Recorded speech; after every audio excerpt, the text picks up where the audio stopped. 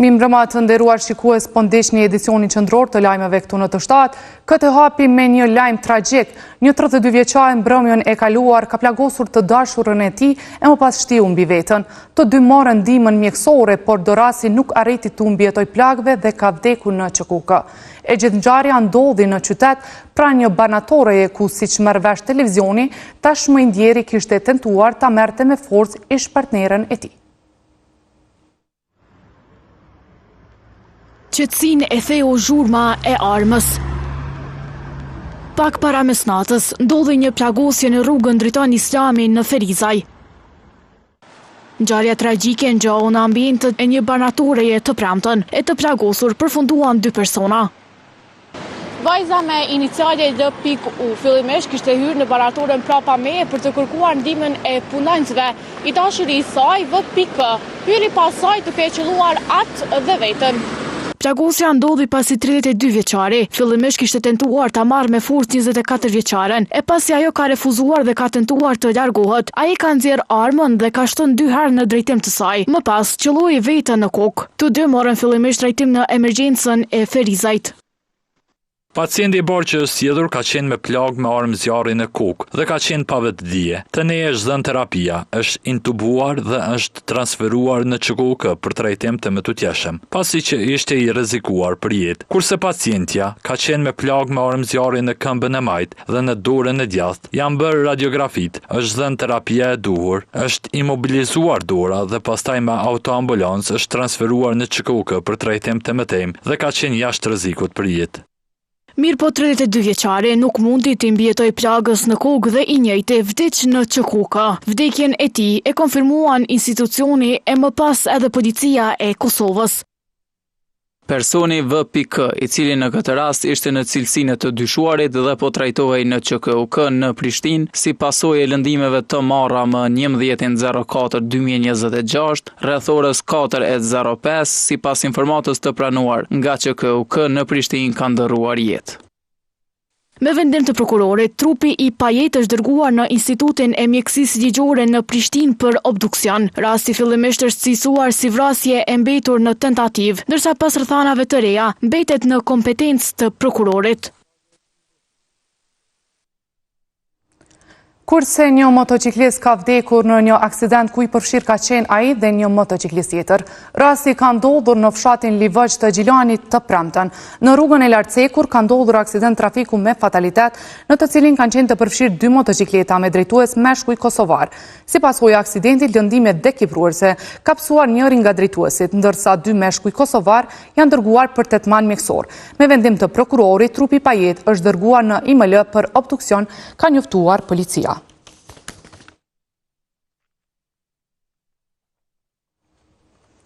Edhe një 19 vjeçar kosovar ka vdekur në vend pas një aksidenti të ndodhur në autostradën e Eferdingut në Austri.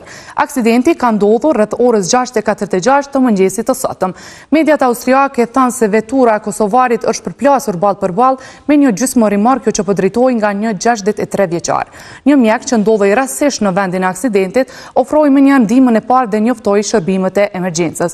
19 vjeçari nga Kosova, siç raportojnë mediat austriake, ishte blokuar brenda veturës dhe ishte dashur të nxirrej nga automjeti nga zjarrfeksit. Më pas, një kushëri i kosovarit kishte mbërritur pak më vonë dhe kishte njoftuar baban e të ndjerit.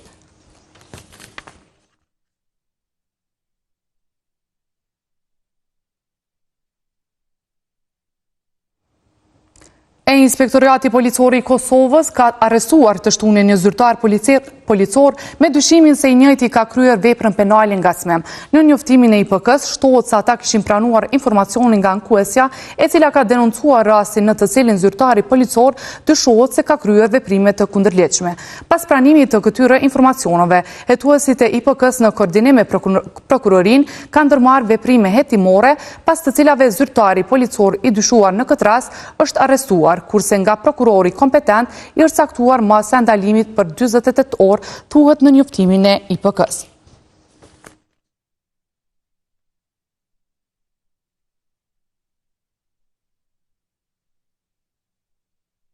Ndrojmë temë të informacionit, ai që vdekjen e gjeti duke luftuar për liri, heroja Agim Ramadani, i njohur si komandant Katana, u përkujtua sot në 27 vjetorin e rënjes. Për veprën e tij sublime foli edhe bashkëshortja e tij, duke thënë se Agimin e kujton si dashuri të përjetshme, derisa bashkëluftëtarët e tij e mbajnë mend si të pashoq në frontin e luftës. Mbretëria Sërilimtare e Kosovës është e pamposhtur, do ta fitojmë. Jo, ne do ta fitojmë. Këto fjalë i tha gruas para se të merrte rrugën drejt Kosovës. Lufta u fitua. Agim Ramadani ra për diri, derisa me mall e dashuri e kujton bashkëshortja e tij pas 27 vitesh. Si dashurinë time të përjetshme, i cili më përcjell në çdo hap dhe vazhdojmë bashkërisht tutje. Shukrie Ramadani kur nuk do e harroj shokun e bankës, shokun e jetës e as shokun e idealeve të përbashkëta për kombin. Komandant Katana, frymën e parë dhe të fundit, e dha vetëm për çlirimin e Adheut. Në momentin që kalon të gjitha, të arritur e tia në mërgim, ka qenë më shumë se kaq. Ka qenë vetë gjaku, vetë dashuria, vetë Adheu që e ka thirrë. Humbjen e Agim Ramadanit ende e vuan ish komandanti i Kosharës Rustem Berisha. Ai asnjëherë nuk ju ka thënë ushtarëve shkoni merrni një pikë ose një pozicion, po çdo herë ju ka thënë e jeni pas meje. Moral edhe ju ka jap motiv. Ka pas një rol të veçantë në rritjen e moralit luftarëve, pastaj në unifikimin e faktorit ushtarak edhe të bashkimin e shqiptarëve, sepse ka qenë i vetëdijshëm se vetëm bashku mujnë me arrit qëllimit që i kem pas. Katanën ai e kujton si një ndër komandantët më të zot. Kam humbur njërin nga njerëzit strategët më të afërt që e kam pas, edhe ka qenë shumë vështirë edhe ta përballoj si person dhimbjen, por edhe në anën tjetër e kam pas edhe një breng se si t'ja përcjelli bashkëluftarëve të mi se Agimin ma nuk i kemë mesin tonë. E kam vendosur për me mbajt sekret deri në një moment të caktuar.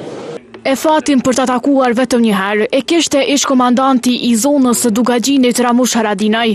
Kam dëgjuar për të herët edhe parë në luftë, që ka qenë shqiptar i Zotit me qëndrime shumë shqiptare, të paqja shqiptare, edhe që ju ka kushtuar luftës me zemër, me shpirt, po edhe me këtë dijen e tij. Pastaj profili i tij, që ka qenë edhe prirje, pra të një piktori, të një intelektuali, të një artisti, të njeriu të pendes, e kanë bërë shumë bashkues.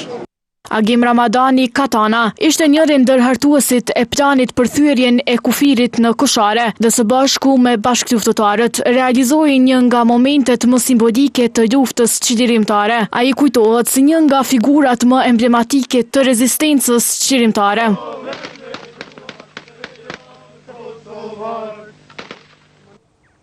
Fjalë të mëdha për Katanën u than edhe në Akademinë përkujtimore që u mbajt për të, nga aty një porosi e pati edhe i biri i tij. Ai para të pranishmëve dërgoi mesazh për politikën, duke kërkuar që të mos zbehet sakrifica e dëshmorëve, por të jetësohet amaneti i tyre. Me intonimin e dy himneve filloi Akademia përkujtimore për të, 27 vjet pas rënjes.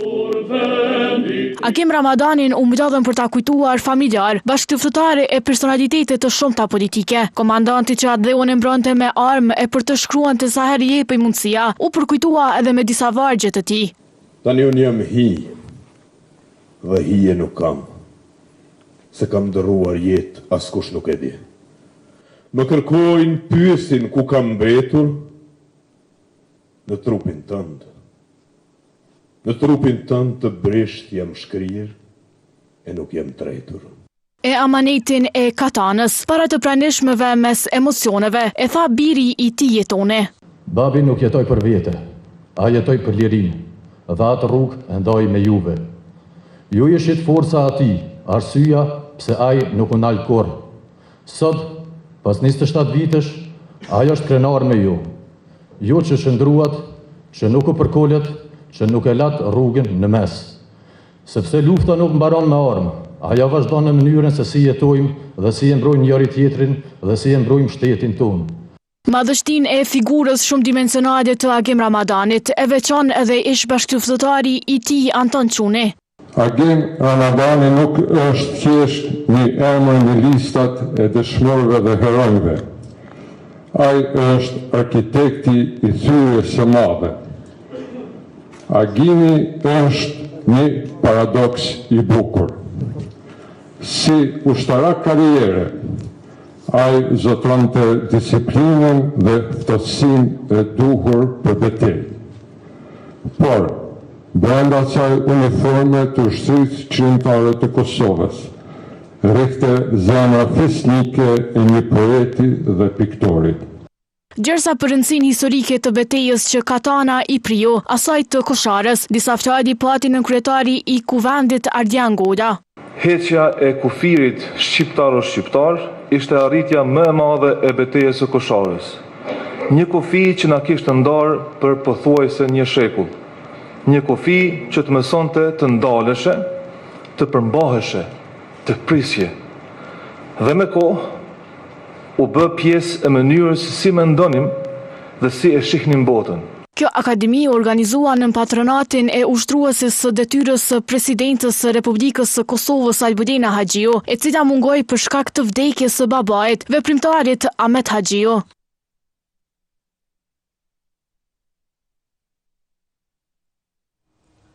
Në këtë akademi ishte edhe kreu i LDK-s Lumir Abdigjiku, i cili më pas ka komentuar përmendjen e tij si kandidat potencial për president të Kosovës.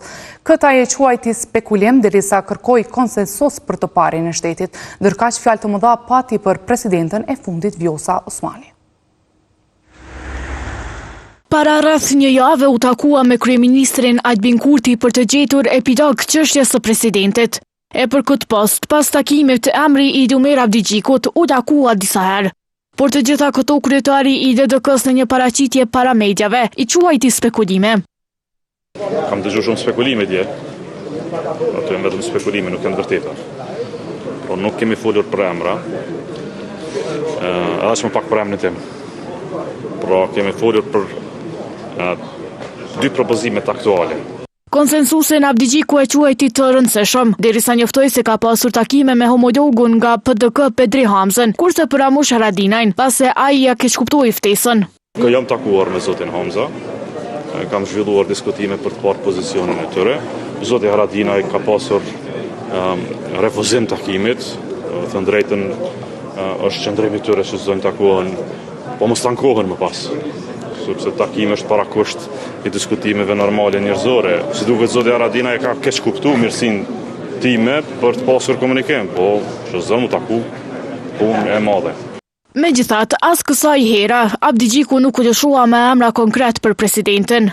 Ne kemi harxhuar diku 30 ditë para afat vendimit gjykatës kushtetuese dhe nuk kemi arritur të gjejmë një president konsensual. Pra, fillimisht do të flasim për parime, pra si duket ai president, a do të ketë marrëveshje mes LDK-s dhe vetëvendosjes së partive tjera për këtë çështje. Nëse ka marrëveshje, atëherë gjendet edhe emri. E për ish presidentën e ish kolegën e partisë Vjosa Osmanin, Abdigjiku kishte vetëm një fjali. Besoj që Vjosa Osmani ka qenë një kandidat e shkëlqyeshëm për këtë punë. Ju faleminderit. E jo të gjithë në skenën politike po ndajnë të njëjtin vlerësim për figurën e presidentës së fundit Vjosa Osmani. Partnerët e dikurshëm nga vetëvendosje nuk flasin për të me lavde të mëdha si dikur, kurse opozitarët janë njohin disa merita në politikën e jashtme, por kanë vlerësim në shkallë të moderuar. Nga fillimi i 5 prillit i përfundoi mandati 5 vjeçar. Presidentja Vjosa Osmani, që në këtë detyrë erdhi pas një partneriteti politik me lëvizjen vetëvendosje, tashmë nga këta të fundit nuk po vlerësohet me shumë lavde si dikur. Bashkëpunim disa vjeçar me të, shefja grupit parlamentar të VV-s e quan thjesht korrekt. Mendoj që Qeveria e Republikës Kosovës ka pas një bashkëpunim korrekt institucional me presidenten në raport të kryerjes së detyrave dhe përgjegjësive që i kemi pas të dy palët. Ndërkaq për deputetin opozitar të PDK-s Xhavet Halitin, Vjosa Osmani nuk u shua për ndonjë arritje të madhe në arenën ndërkombëtare, sepse sipas tij pati ca pengesa. Kisha me thënë që nuk ka bërë përpjekje, por është ndesh dhe ka qenë menoj e pafuqishme për të ndërtu politikën e vetë. Dhe nuk ka bërë asnjë përpjekje për të ndërtu politikë shtetërore, por angazhimi i saj ka qenë më shumë profesional se sa si politikë shtetërore. E disa merita Osmanit janë njëti me kadria nga AAK, ani pse thot se në fillim kishin hezitime për të. Në politikën e ngjashme ka pas disa zhvillime, ka pas disa njohje që ne në fakt e kemi përgëzu. Asnjëherë çdo e arritur për Kosovën është arritur edhe prej neve dhe ne nuk. Edhe ajo që ka qenë më kryesore është anëtarësimi i Kosovës në Bordin e Paqes, që ne kemi përgëzu, e kemi falendëruar, bile kryetari Ramush Haradinaj ka shkuar edhe në takim. Me 71 vota për, Kuvendi i Kosovës më 4 prill 2021 kishte zgjedhur Vjosa Osmanin në postin e presidentës së Kosovës. Gjersa për një mandat të dytë të saj, nuk shprehen vullnet partia në pushtet lëvizja vetëvendosje. E një tjetër president, Hashim Thaçi, që tash e 6 vite ndodhet në Hag duke pritur fundin e procesit gjyqësor ndaj tij, përkundër kësaj i është zgjatur paraburgimi. Më 10 prill 2026, trupi gjykues në çështjen kundër Thaçit, Veselit, Selimit dhe Krasniqit urdhëroi vazhdimin e paraburgimit të Hashim Thaçit. Trupi gjykues konstatoi se vazhdojnë të ekzistojnë rreziqet që të akuzuarit të pengojnë ecurinë e procesit ose të kryejnë vepra penale të tjera, njoftoi specialja.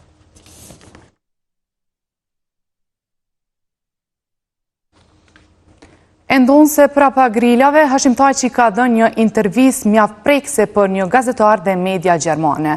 Aty u shpreh i lënduar që nuk u lejua të merrte pjesë në varrimin e babait. Gjithashtu, ai u shpreh edhe për procesin e të zgjatur ndaj tij, derisa foli edhe për angazhimet e tij për paqen me Serbinë. Tribunali special nuk e lejoi t'i jap plamtumirën e fundit babait. E kjo gjë për Hashim Thaçin ishte shumë lënduese. Mungesa në varrimin e të atit, ish udhëheci i luftës dhe ish presidenti i Kosovës e quajti dhimbje të përjetshme. Kështu u shpreh ai për gazetën gjermane Frankfurter Allgemeine Zeitung në një intervistë me gazetarin Michael Martens.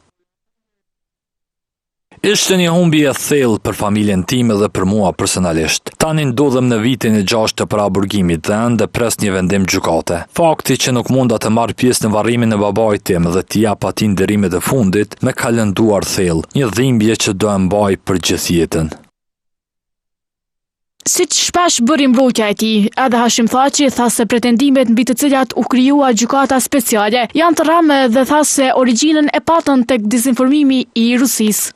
Qëllimi i krijimit të dhomave të specializuara të Kosovës ishte hetimi i pretendimeve të raportit të Dikmartit, veçanërisht akuzave për trafikim organesh, akuza që sipas pretendimeve kishin origjinë nga përfaqësues Ros në Këshillin e Evropës. Në të kundërtën, akt akuza jon dhe çështja e prokurorisë speciale nuk përmban asnjë nga këto pretendime, as edhe një përmendje të vetme. Këto akuza ishin të rremell dhe u konsideruan nga KSC si të pabazuara për hetim të mëtejshëm. Edhe generali Clark në dëshminë e tij i quajti këto akuza pjesë të një fushate dezinformimi ros.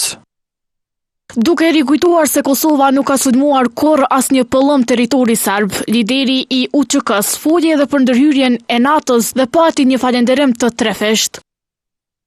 Ndërhyrja e NATO-s me 1999 u bazua në vlera perëndimore si liria, të drejtat e njerëzit dhe mbrojtja e jetës njerëzore. NATO erdhi në ndihmën tonë sepse kuptoi situatën tonë dhe vuajtjet në Miloševićin. Në konferencën e Rambëjës në 99-ën, delegacioni ynë pranoi paqen, ndërsa Serbia zgjodhi luftën, shtypjen dhe spastrimin etnik. Unë i shpreh mirënjohje të thellë Madeleine Albright, Richard Holbrooke dhe Robert Dole, të cilët nuk janë më gjallë. Ata do të ishin dëshmitar të jashtëzakonshëm në këtë proces. Më tej në një pyetje të gjatë të gazetarit gjerman lidhur me paqen me Serbinë e idenë e shkëmbimit të territoreve, Hashim Thaçi tha se ai kishte vetëm një qëllim. Qëllimi im kryesor ka qenë paqja e qëndrueshme mes Kosovës dhe Serbisë, e cila i lejon të dyja vendet të ecin përpara dhe Kosovës integrimin e plot ndërkombëtar. Është e papranueshme t'ju lihen brezave të arshëm çështjet e pazgjidhura. Ndërkaq lidhur me prokurorin kontrovers Jack Smith, në këtë intervistë Hashim Thaçi u rezervua të komentonte gjatë, por atij dhe të tjerëve u rikujtoi parimin fort të rëndësishëm që ligji nuk duhet të përdoret kurrë si një mjet politik. Të nderuar shikues, këto ishin të gjitha informacionet që sot i kemi përgatitur për ju. Unë ju falenderoj për vëmendjen, natën e mirë.